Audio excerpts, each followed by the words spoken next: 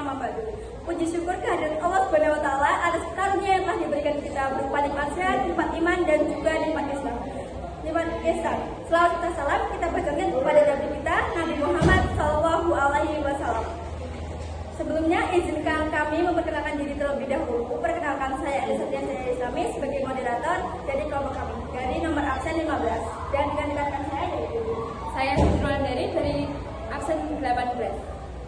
Saya Geyovika Wardani dari absen 20. Saya Junita Vinayanti Dwinuraini dari absen 19. Saya Misbahul Arisatul Hasanah dari absen 21. Saya Mawri absen 17. Saya Fadil Ajati Pratama absen 16.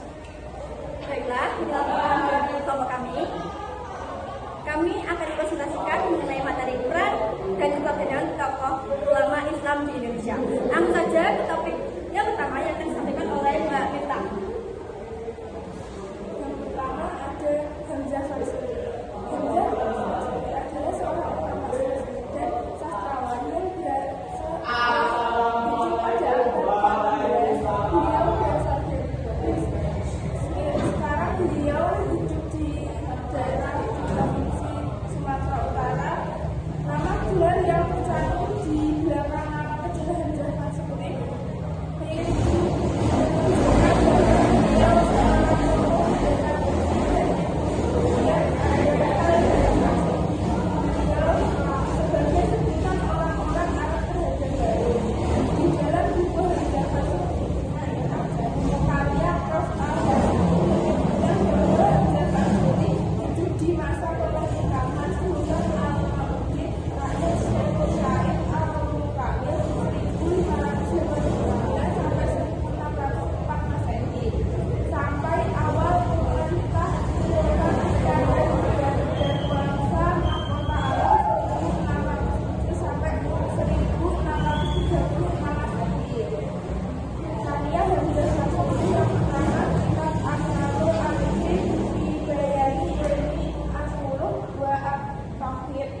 yang kedua kitab Asyarat al-Asifin, yang ketiga kitab al-Mutahin, yang keempat Rubai Hamzah Farsuri, yang kelima Syair Gunung Unggas dan lain-lain. Peran Hamzah Farsuri yaitu Hamzah Farsuri berperan dalam menyebarkan ilmu pengetahuan Islam di Asia Tenggara melalui tasawuf dan mendirikan lembaga pendidikan Islam seperti daya semacam perguruan tertinggi di Aceh. Tak hanya dari warga Aceh, murid beliau berasal dari Nusantara. Keteladanan Hamzah Farsuri yaitu satu, sebagai orang ulama yang gigih dalam mendakwah ajaran Islam melalui tasawuf. Yang kedua, sebagai seorang ulama yang produktif dan berkarya. Yang ketiga, sebagai ulama populer dalam penulisan puisi. Yang keempat, menjadi teladan dan hasil karyaan menjadi rujukan para penulis Melayu. Yang kelima, sosok yang memperkenalkan syair puisi dan baris. Yang keenam, sukses dalam mengangkat bahasa Melayu. Yang ketujuh, sebagai tokoh Islami bahasa Melayu. Yang kedelapan, sebagai developer dalam penerapan metode Jakwir. Baiklah, terima kasih atas penjelasannya dari Mbak Mita. Lalu materi yang kedua akan disampaikan oleh Mbak Vivi tentang ulama, salah satu ulama yaitu ulama Nuruddin Araini. Yang kedua yaitu biografi Nuruddin Araini. Nuruddin Araini memiliki nama lengkap yaitu Nuruddin Muhammad bin Ali bin Hasaji bin Muhammad Hamid Araini al-Quraisy. Beliau dilahirkan pada abad 16 Masehi di daerah Rainir. Dan Nuruddin wafat pada 22 Zulhijjah 1096 Hijriah atau 21 September 1698 Masehi di Gujarat, India. Nuruddin menganut aliran Al-Sunnah wal Jamaah dan ilmu fikih beliau bermadzhab Asy-Syafi'i. Awal pendidikan Nuruddin yaitu dalam bidang keagamaan di tempat kelahirannya Abu Nafas Sayyid Imam bin Abdullah bin Syaiban merupakan guru yang berpengaruh dan seorang tirakat Rifania. Lalu beliau melanjutkan studinya di Tarim dan hingga studinya selesai. Setelah itu Nuruddin Arainir kembali ke Rain atau daerah kelahirannya, lalu beliau mengajarkan seluruh ilmu-ilmunya yang diperolehnya selama di Tarim. Nuruddin Arainir menulis kurang lebih 29 kitab dan paling terkenal adalah kitab Bustanus Salatin. Yang kedua karya Nuruddin Arainir, yaitu pertama 1 Bustanus Salatin atau Taman Raja-Raja, 2 Siratul Mustaqim atau Jalan yang Lurus, 3 Darul Fawid fi Syariah Al-Aqaid, dan keempat Al-Fawid Dul Bahya, dan nomor 5 yaitu Tibyan fi Marifat Al-Adyan. Dan ketiga yaitu peran Nuruddin Arainir, yaitu menjelaskan kepada kaum muslim Indonesia dasar-dasar pokok keimanan dan ibadah dalam Islam. Beliau ulama pertama di wilayah Melayu yang menulis sebuah karya mengenai perbandingan agama yang berjudul Tibyan fi Marifat Al-Adyan. Yang keempat yaitu keteladanan Nuruddin Arainir, yaitu di bidang kajian Islam antara lain dalam bidang kalam, tasawuf, fikih, sejarah, akidah dan sebagainya. Terima kasih atas penjelasannya kepada Mbak Fitri. Lalu materi selanjutnya akan disampaikan oleh Mbak Eza. Yang pertama, biografi Abdurrauf As-Singkili. Abdurrauf As-Singkili memiliki nama lengkap Amin Ad-Din Abdurrauf bin Ali Al-Jawi Al-Mansuri As-Singkili. Beliau lahir di Singkili, Kabupaten Aceh Selatan pada tahun 1620 Masehi. Ayahnya seorang guru dan mubalik bernama Ali, berasal dari Persia atau Arabia yang datang dan menetap di Singkili Aceh pada akhir abad ke-13. Pada masa mudanya, Abdurrauf As-Singkili belajar agama Islam kepada ayahnya sendiri hingga ia mempunyai dasar agama yang cukup kuat. Sekitar tahun 1642 Masehi, beliau merantau ke tanah Arab untuk belajar kepada sejumlah guru, ulama, dan tokoh mistik ternama di Jeddah, Mekah, Madinah, dan tempat-tempat lainnya. Seorang guru yang paling berperan penting pada diri Abdurrauf As-Singkili adalah Syekh Syafiuddin Ahmad Ad-Dajjani, guru spiritual yang berada di Madinah. Abdurrauf As-Singkili bukanlah sekedar ulama tasawuf, tetapi juga ahli ilmu lainnya seperti tafsir, fikih, dan hadis. Abdurrauf As-Singkili kembali ke Aceh pada tahun 1662 untuk mengembangkan dan mengajarkan tarekat Syatariyah. Abdurrauf As-Singkili wafat pada tahun 1693 Masehi dan dimakamkan di Kuala Sungai Aceh sehingga mendapat sebutan Teungku Syah Kuala. Yang kedua, karya Abdurrauf As-Singkili. Yang pertama ada Turjuman Al-Mustafid, kitab tafsir pertama dalam bahasa Melayu yang ditulis oleh Abdurrauf sekembalinya dari negeri Arab. Yang kedua ada Mir'atut Tulab fi Tashil Ma'rifatil Ahkam Asyariyatil Lil Malikil Wahab, kitab fikih yang berisi kajian tentang muamalat. Yang ketiga ada Kitabul Farid, kitab tentang ilmu waris dalam Islam. Yang keempat ada Umdatul Muhtajin ila Suluk Maslak Al-Mufradin, kitab tasawuf yang isinya terdiri atas 7 bab. Yang ketiga, peran Abdurrauf As-Singkili. Pertama, sebagai orang pertama yang memperkenalkan tarekat Syatariyah. Yang kedua, pengajar dan pengembang tarekat Syatariyah. Yang ketiga, melahirkan beberapa ulama terkenal seperti Syekh Baharuddin Ulakan dari Pariaman, Sumatera Barat. Yang keempat ada tarekat Syatariyah yang dibawa oleh Abdurrauf menjadi penyejuk bagi perbedaan yang tajam antara dua aliran, yaitu Wahdatul Wujud dan Syuhudiyah pada saat itu. Yang kelima ada sukses dan berhasil memasyarakatkan zikir sebagai suatu usaha untuk melepaskan diri dari sikap lalai dan lupa. Yang terakhir ada corak pemikiran Abdurrauf As-Singkili tentang tasawuf yang dibagi menjadi 3 kelompok, yaitu ketuhanan dan hubungannya dengan alam. Yang kedua, insan kamil. Yang ketiga, jalan menuju Tuhan. Yang terakhir ada keteladanan Abdurrauf As-Singkili. Di antara keteladanan Abdurrauf As-Singkili adalah kesungguhannya dalam menimba ilmu, dan keproduktifan beliau dalam menghasilkan karya. Baiklah, terima kasih atas penjelasan dari Mbak Reza.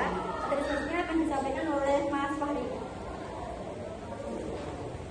Di sini saya akan membacakan tentang Syekh Yusuf Abdul Muhsin Tajul Lamati nama karya Abdul. Syekh Yusuf lahir di Goa, Sulawesi Selatan, 3 Juli 1926 Masehi.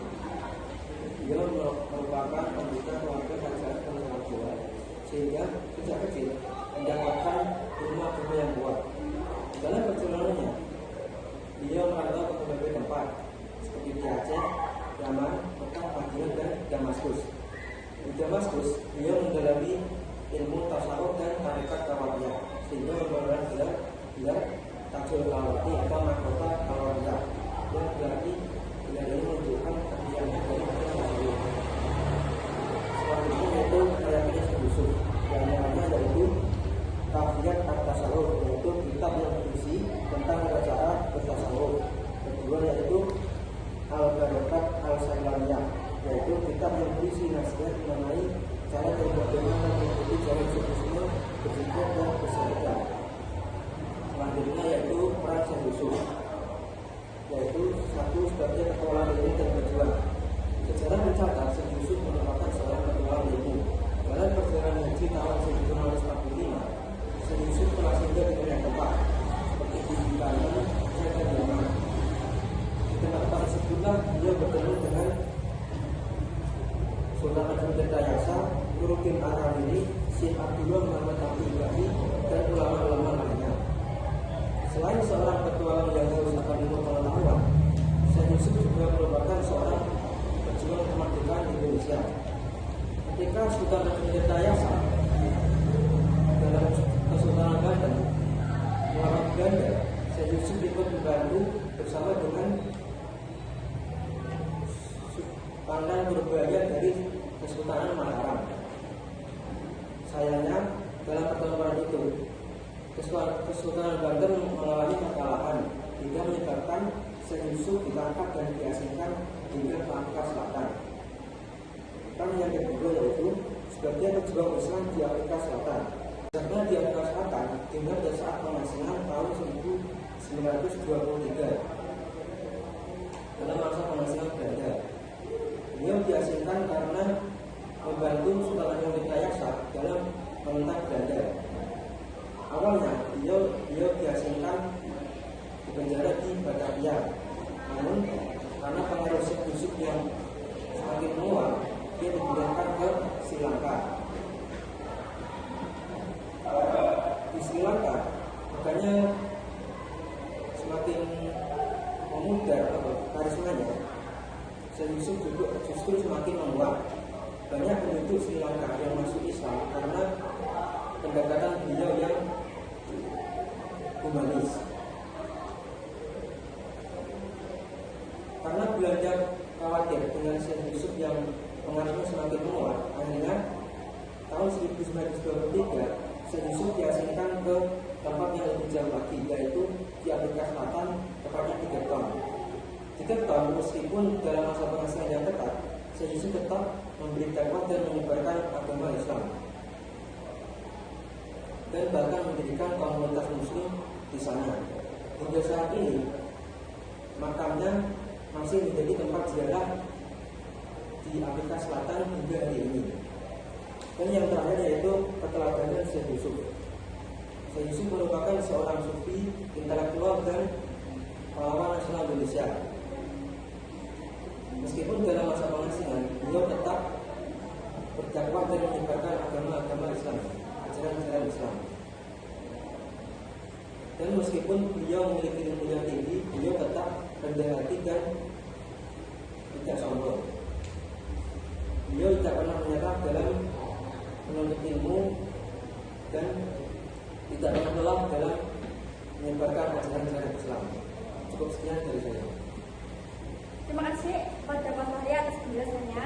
Lanjut ke materi selanjutnya yang akan disampaikan oleh Mbak Cerita. Yang pertama, biografi Abdus Saman bin Abdullah Al-Jawi Al-Palembani. Abdus Saman bin Abdullah Al-Jawi Al-Palembani lahir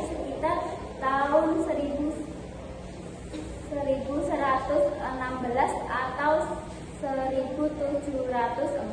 Beliau berasal dari Palembang. Ketika beliau lahir, daerah Palembang merupakan pusat sebuah kerajaan Islam. Kesultanan Palembang berdiri sejak pertengahan abad ke-17 Masehi. Ayahnya bernama Syekh Abdul Jalil bin Syekh Abdul Wahab bin Syekh Ahmad Al-Mahdani berasal dari Yaman. Ibunya bernama Radin Ranti, perempuan asal Palembang. Yang kedua, karya Abdus Samad Al-Talibani.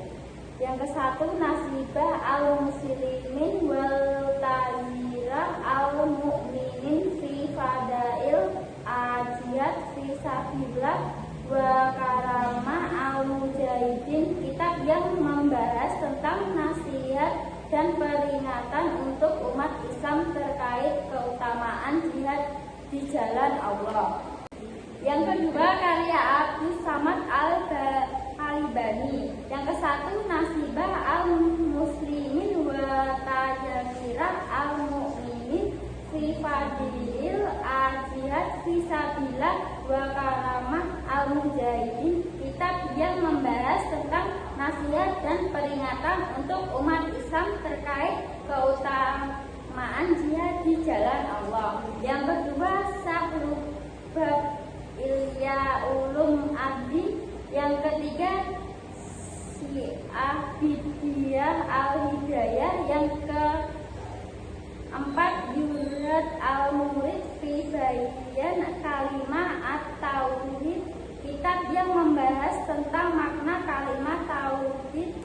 Yang kelima, Yad Al-Mutafin fi Tauhid Rabb Alamin, kitab yang memuat ringkasan ajaran tauhid. Yang ketiga, peran Abdus Samad Al-Talibani. Abdus Samad Al-Talibani menjalani sebagian besar hidupnya dengan menuntut ilmu dan mengajar di dua kata tanah suci. Beliau dikenal, disegani dan dihormati oleh semua kalangan, baik pelajar Nusantara maupun masyarakat lokal karena kedalamnya ilmunya. Yang keempat, keteladanan Abdus Samad Al-Talibani. Kehidupan Abdus Samad Al-Talibani tidak pernah lepas dari kegiatan belajar, mengajar, dan menulis buku. Baik, terima kasih atas penjelasan dari Mbak Cinta. Penjelasan selanjutnya akan dijelaskan oleh Mas Fadil. Pada kesempatan kali ini saya akan menjelaskan sedikit tentang Syekh Nawawi Al-Bantani. Pertama, mari kita mengenal sedikit tentang Syekh Nawawi Al-Bantani. Syekh Nawawi Al-Bantani sendiri lahir pada tahun 1913 di Desa Tanari, Banten. Nama lengkapnya adalah Abu Abdullah Al-Mufti Nawawi bin Umar Abu Abdullah Al-Mufti Muhammad Nawawi bin Umar Al-Bantani Al-Tanari Al-Jawi. Julukan Al-Tanari Al-Bantani sendiri berasal dari asal kotanya Tanari dan Banten. Selanjutnya, perjalanan pendidikan. Sejak kecil beliau lahir dan belajar ilmu agama kepada ayahnya, yaitu Kiai Haji Umar bin Arabi. Namun keluarganya melakukan ibadah haji di Mekah. Di sana ia memutuskan untuk menetap di Mekah untuk belajar ilmu agama. Di sana ia berguru kepada Syekh Ahmad Khatib Sambas selama kurang lebih 3 tahun. Setelah kurang lebih 3 tahun, ia memutuskan untuk kembali ke Indonesia. Namun di Indonesia sendiri sedang terjadi penjajahan oleh Belanda sehingga tidak kondusif. Syekh Bantani sendiri lalu memutuskan untuk kembali ke Mekah. Mekah sendiri menjadi tempat ia mengembangkan pemikirannya dan juga menjadi tempat ia menulis berbagai karyanya yang telah berpengaruh di dunia Islam. Selanjutnya ada karya-karya besar. Syekh Nawawi Bantani sendiri dikenal sebagai seorang ulama yang produktif dalam hal menulis.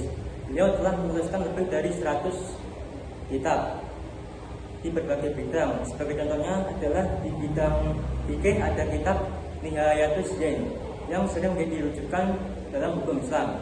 Lalu di bidang tasawuf ada kitab Nasaihul Ibad yang berisikan ajaran tentang etika dan akhlak dalam Islam. Lalu selanjutnya di bidang tafsir ada kitab Tafsir Al-Munir yang menjadi salah satu kitab tafsir terkenal di kalangan ulama Nusantara. Selanjutnya ada pengaruh dunia Islam.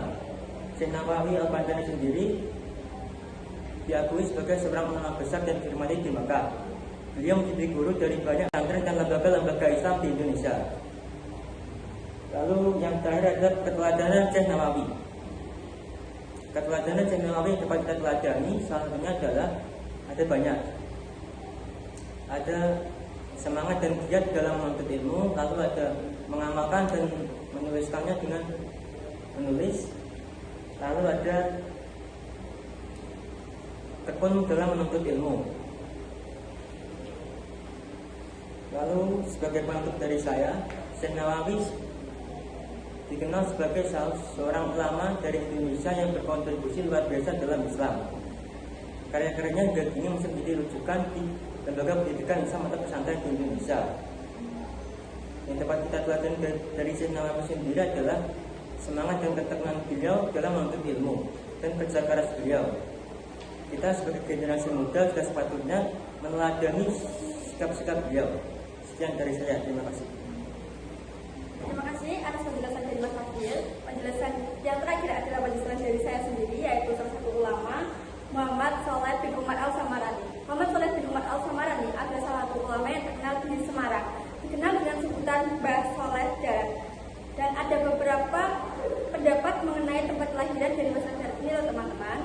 Pendapat pertama mengatakan bahwa Mbah Sholeh Darat ini lahir di Kedung Cempung di Kecamatan Mayang, Kabupaten Jepara, Jawa Tengah. Tapi pendapat kedua mengatakan bahwa Mbah Sholeh Darat lahir di Desa Ngroto, Kecamatan Mayang, Kabupaten Jepara, Jawa Tengah. Mbah Sholeh Darat ini memiliki ayah bernama Kiai Umar. Kiai Umar merupakan pejuang dan juga orang kepercayaan Pangeran Diponegoro. Mbah Sholeh Darat ini dari kecil sudah belajar ilmu agama dari ayahnya.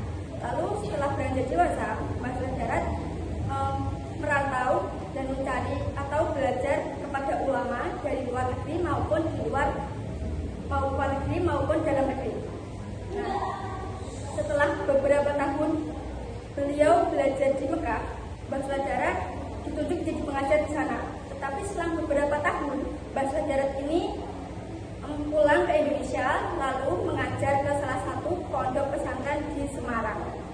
Dan ada beberapa murid dari Mbah Sholeh Darat ini, yaitu diantaranya Kiai Haji Hasyim Hasyari dan juga Kiai Haji Ahmad Dahlan. Kedua murid ini sudah tercatat di sejarah ya teman-teman semuanya.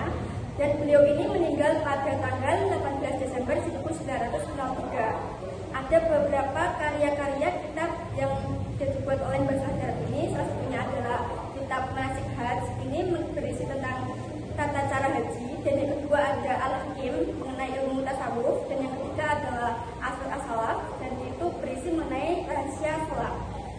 Jadi teman-teman semuanya, peran Mbah Sholeh Darat ini sangat penting ya, apalagi di Indonesia. Dan kita tahu bahwa Kiai Haji Hasyim Asy'ari ini adalah seorang pendiri Nahdlatul Ulama dan juga Kiai Haji Ahmad Dahlan merupakan pendiri Muhammadiyah.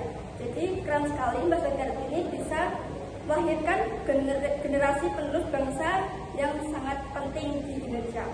Lalu keteladanan Mbah Sholeh Darat ini adalah semangatnya dalam menuntut ilmu, mengajarkan ilmu dan mengamalkan ilmunya kepada generasi penerus bangsa. Walaupun Mbah Sholeh Darat ini sudah mengajar di Mekah, tapi tetap ingat dengan Indonesia dan ingin menciptakan generasi penerus dakwah di Indonesia. Jadi teman-teman semua, peran dari ulama, dari semua teman-teman yang kita sampaikan, bahwasanya ulama-ulama di Indonesia ini bisa menjadi panutan kita semua, bisa menjadi teladan dalam semangatnya menuntut ilmu, mengajarkan ilmu, mengamalkan ilmunya. Dan juga karya-karya dari kitab tersebut bisa menjadi panutan bagi umat Islam di Indonesia. Itulah presentasi yang dapat kami sampaikan. Mohon maaf apabila ada salah dan kata. Kami ucapkan terima kasih. Wassalamualaikum warahmatullahi wabarakatuh. Waalaikumsalam warahmatullahi wabarakatuh.